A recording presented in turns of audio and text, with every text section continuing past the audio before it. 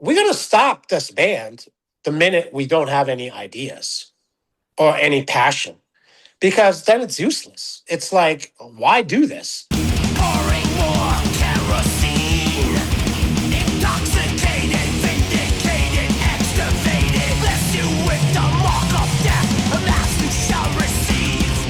Death, mass, Messiah. What's going on, everybody? Shane here with KNAC, and I'm joined by Mem V Stein. How the hell you doing, my friend? Very good. Thank you for having me. Of course. I mean, we're here excited for, Dark Mask Messiah's coming out.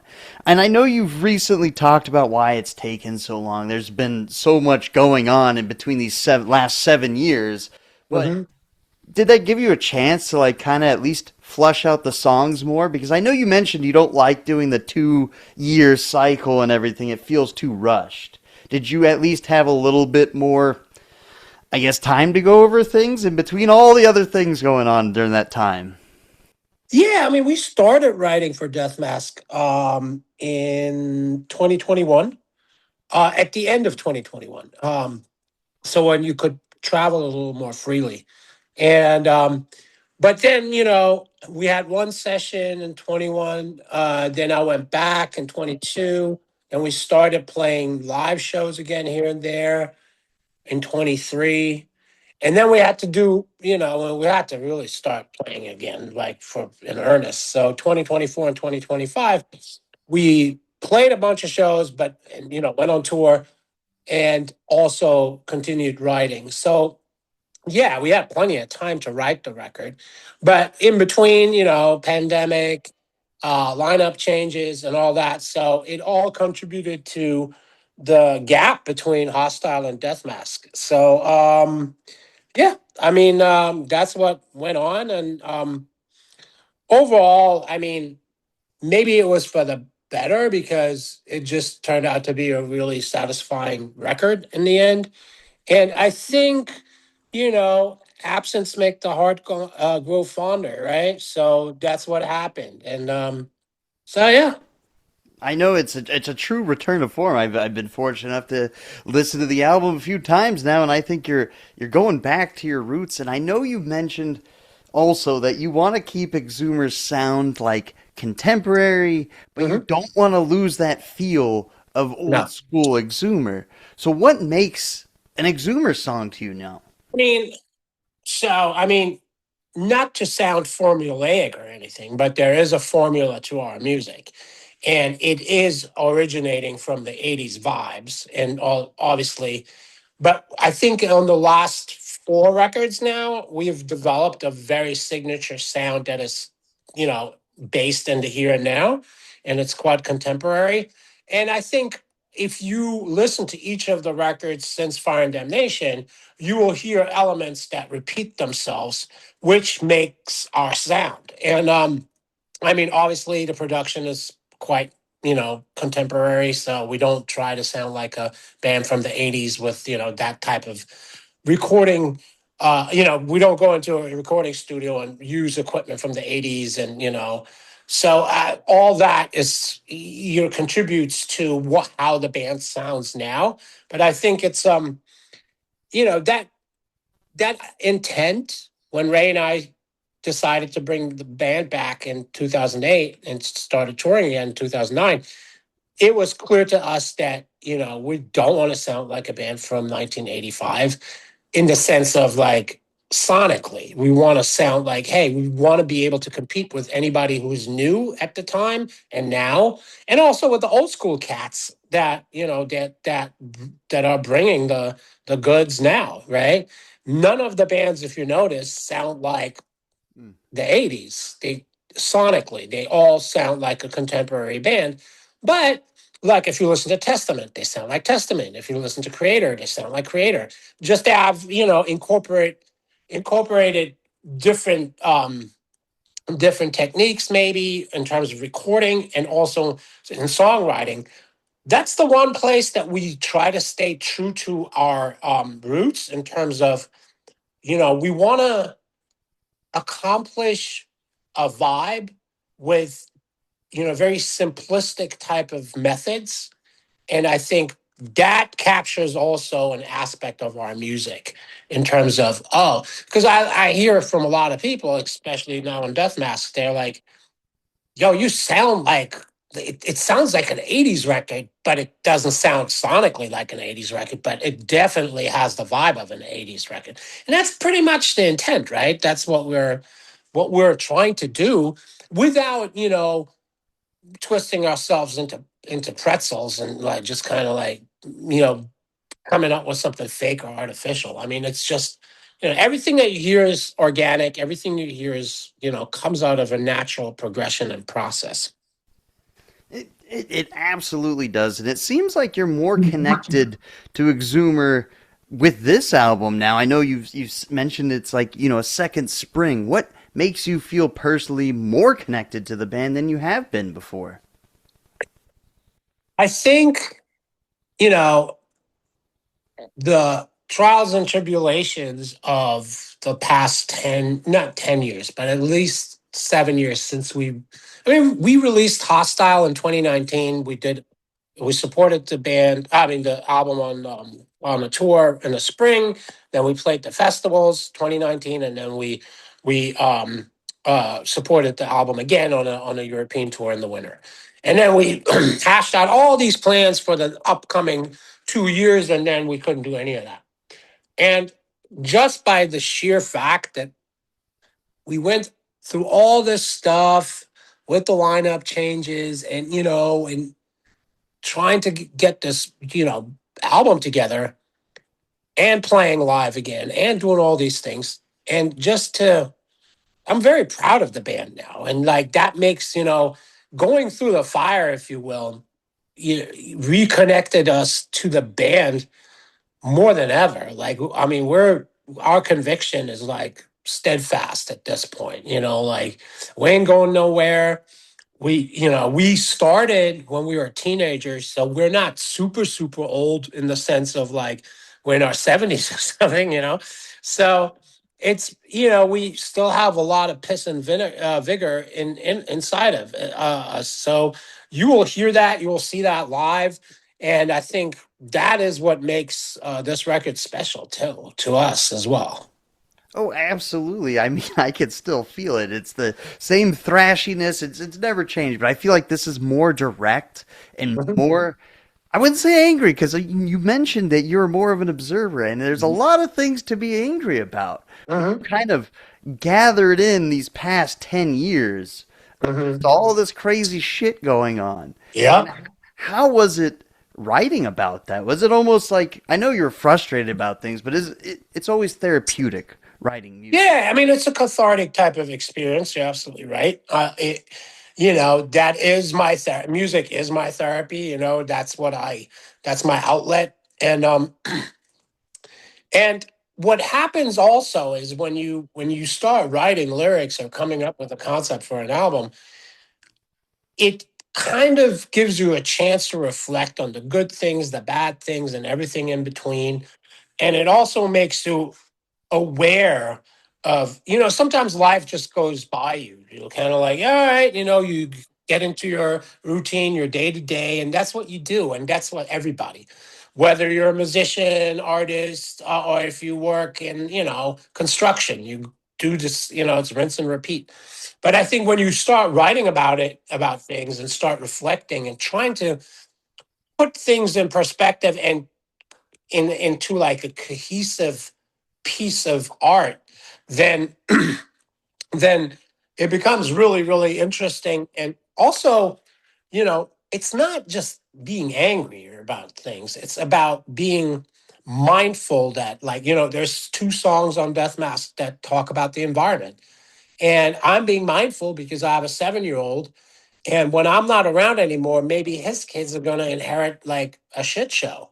And I want to be able to say, hey, we got to pay attention to these things, because if you don't pay attention, it things can go really bad really quickly. So it's all of those things combined, if it makes sense. But yeah, I mean, it's definitely an outlet for me, and I think be, because we were so focused on getting this record finally complete the record finally, it made me, write sharper and think sharper, and also combine the delivery really, really in sync with the lyrics, if that makes sense. Oh, absolutely. And I feel like this record's more relevant, especially nowadays, at least in the political world of the US, Yeah. because Dark Mask Messiah, you went off of what happened in Waco, Texas with David Koresh, and you were talking about how, there's these false messiahs. And I really want to know, what do you think makes people willing to surrender their judgment to somebody who's promising them everything? I mean, just like the title of the record says, right? Death Mask Messiah. There's a person there who, like with David Koresh, he was almost wearing a mask, right? But in the wake of him promising his followers salvation, they encountered death and destruction. That's how the album title came about. But I think if I think people are prone to listen to folks that tell them things that they want to hear. So meaning people, it's it's easy to develop the selective hearing, right? And I can be, it's like almost like, okay, when we post something, I read all the comments, good, bad, and all the in between.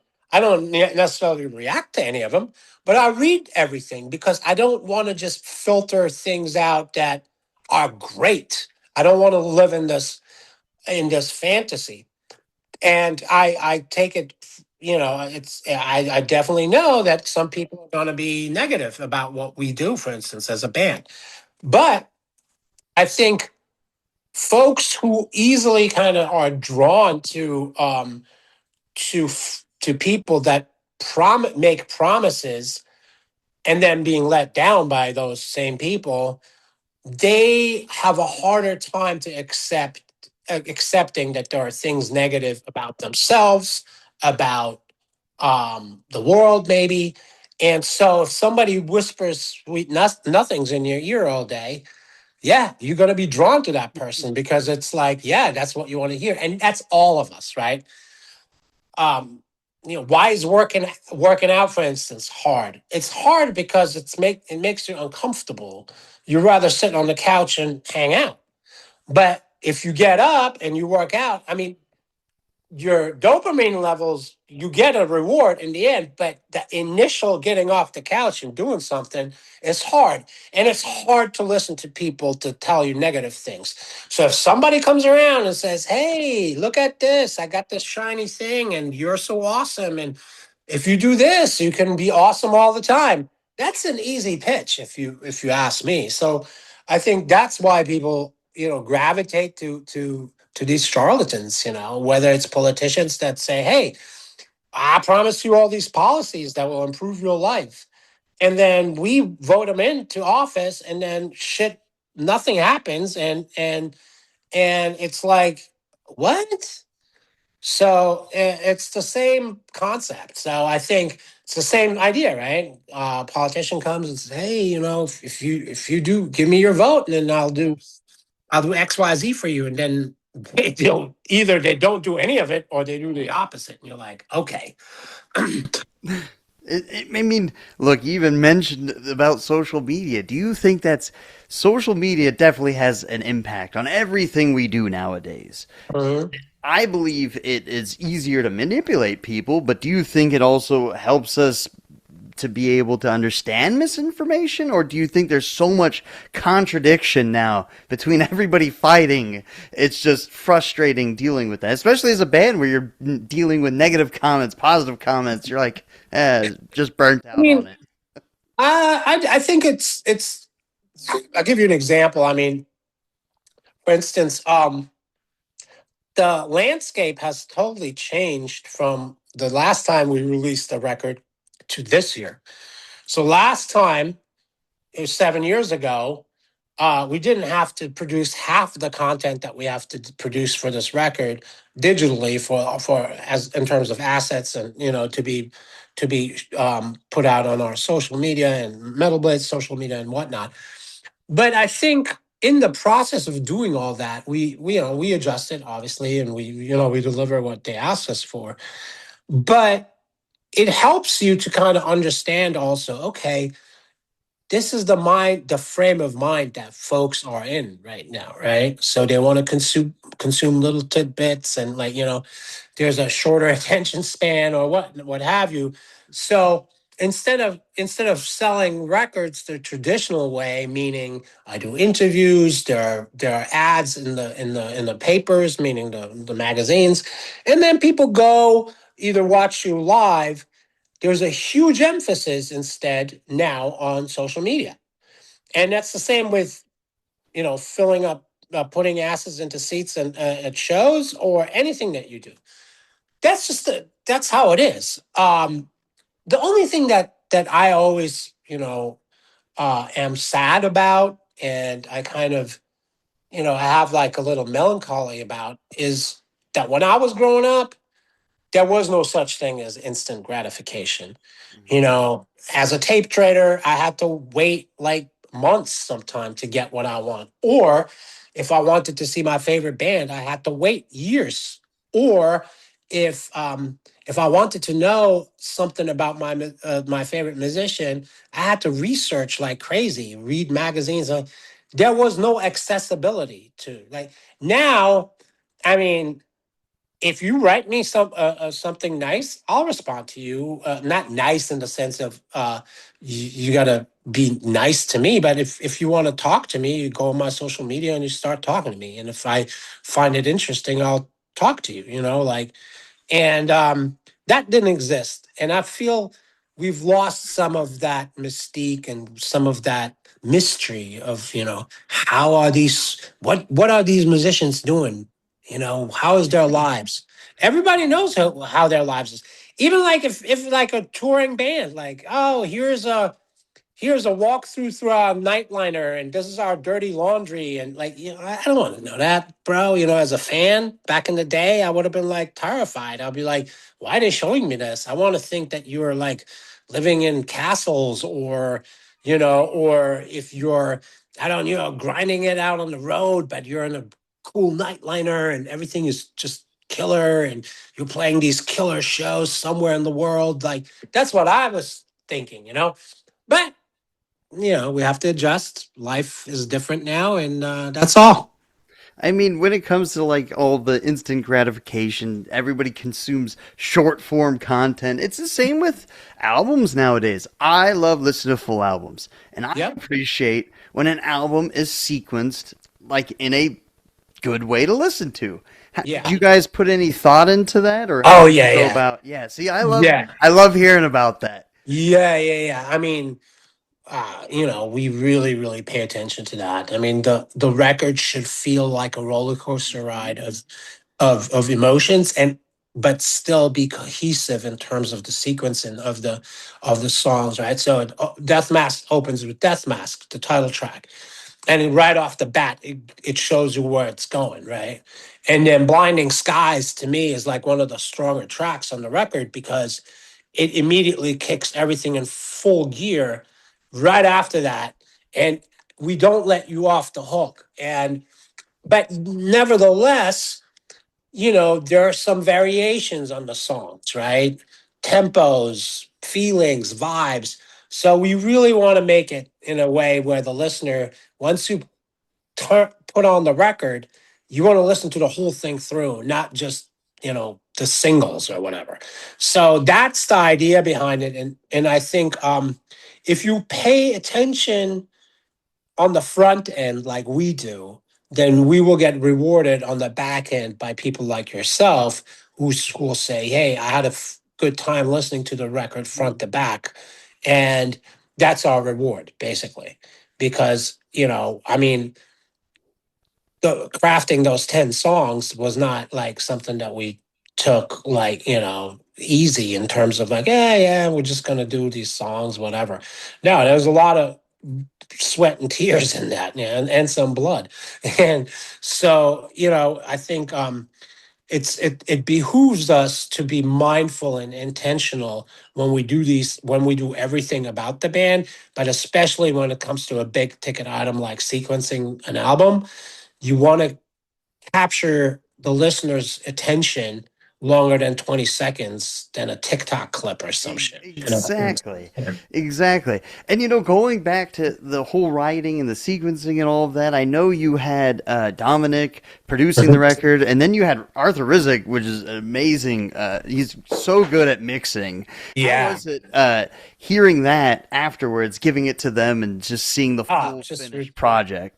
it was ridiculous. I mean, Dom Dom helped us record the whole thing. Dominic has been in the business for a long time, working with big acts, and he treated it like it was his baby. So that was, and he made us really feel comfortable. When I traveled to Germany to lay down the vocals, it was a pleasure working with him.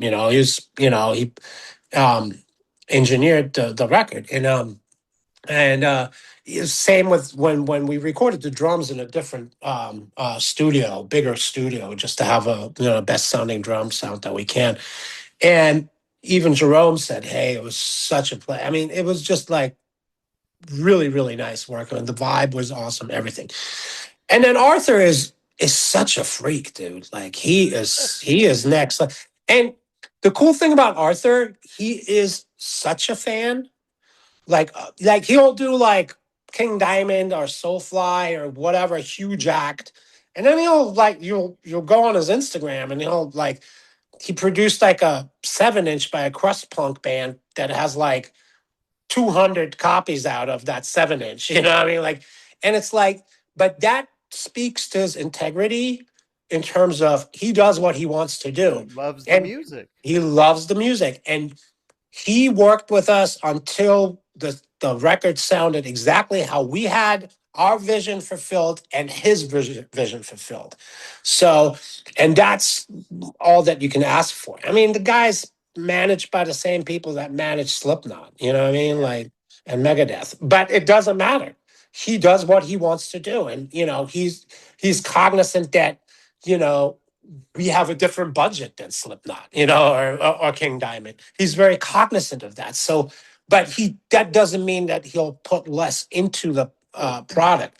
When he puts this name on a product, shit's gonna sound dope. You know what Oh I mean? yeah. Like, I so, was gonna say, did he help bring anything out that you didn't notice when you were I recording? mean, mixing and mastering is its own art form. Hmm. So, uh, he can amplify. He amplified certain things that it just made it sound really cohesive.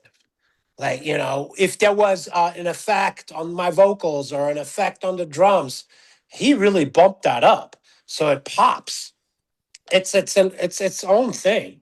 And because he's a fan, he's also like he knows what's up. Like, we didn't have to tell him anything, in terms of like he mixed it, and then we started working together on a final mix, and we said, we'll do the drums a little louder here, or maybe the vocals a little less in the mix up front. Like, it's that type of process, and then you arrive by mix number 9, everybody's happy and we're jumping around like little kids, you know and that's you know he's not a rock star in the sense like, this the mix, take it or leave it, none of that. I mean, he works with his bands, meaning the bands that he works with, from A to Z until everybody's happy, including him. I don't want him to put anything out that that he can't stand behind, and I think he loves the record. Absolutely. You know, I really want to mention this too. You said this is real music done by real people, specifically mentioning you didn't do any of the AI No, shit, any never, of that. never, And never. I absolutely love that because in nowadays, not calling out bands or anything, but you Yeah. see big acts using it, and it's just to me, it's just kind of getting to the point where it's lazy. Is this what we're gonna start falling back to? We need the fact that it's real music by real people. Do you think this technology is gonna negatively impact us? Do you think there's gonna be a point where bands are gonna be like, oh shit, they're gonna have to get their act together and not do this? I mean, I think it's just straight up weird. Yeah, Like, to me, like it it's is. just a weird thing to do. I mean, it's one thing if like if you have like not lyrics, but let's say you want to do an IG post and you're like Mhm. searching for the format or the words. You put it through Chat GPT and it gives you five different versions of the same thing. All right, I can see that, you know. That's okay, That's understandable. okay, that's fine, you know. It basically is like a tutor almost, right? That gives you like pointers. Hey, maybe you should write it this way. But that's not creative in the sense. You just kind of like it's almost service, right? Like you're kind of trying to come up with something that will service the needs of whatever.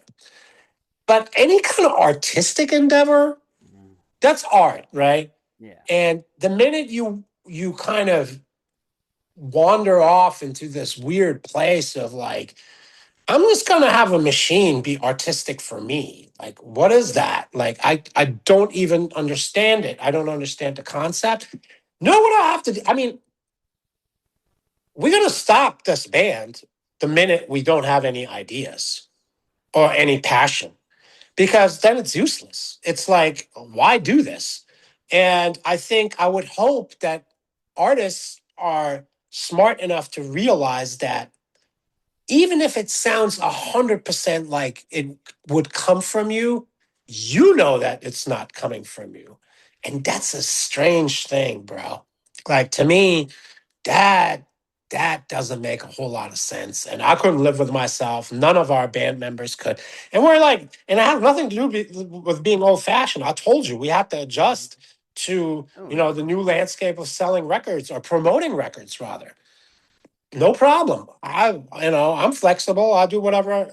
You know, I'm not going to be as as of a whiz as like a 24-year-old who grew up on solely on the internet and knows every slang and every catchy phrase. That's when I use Chat GBT or something, you know, to help me out with that. But outside of that, bro, like I'm into learning new things, but not that. Yeah. My our art is our art, and as long as we have integrity and like a ethical and moral compass, I don't want to.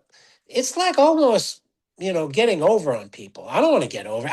If listen, if you pay dollar sum X to buy a record or a CD, I want you to hold something in your hand that's 100% made by human beings. You know, where we give you a piece of ourselves.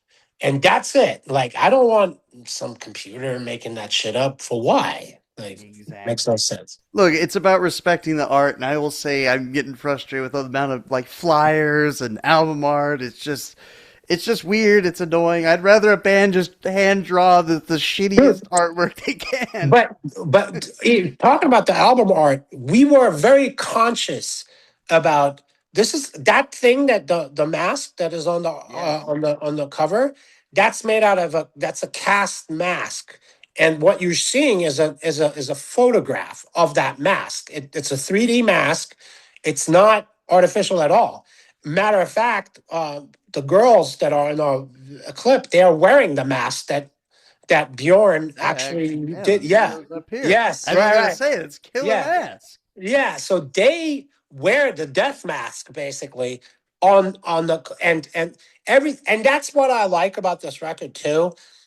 Um, Visually and sonically, it's super cohesive.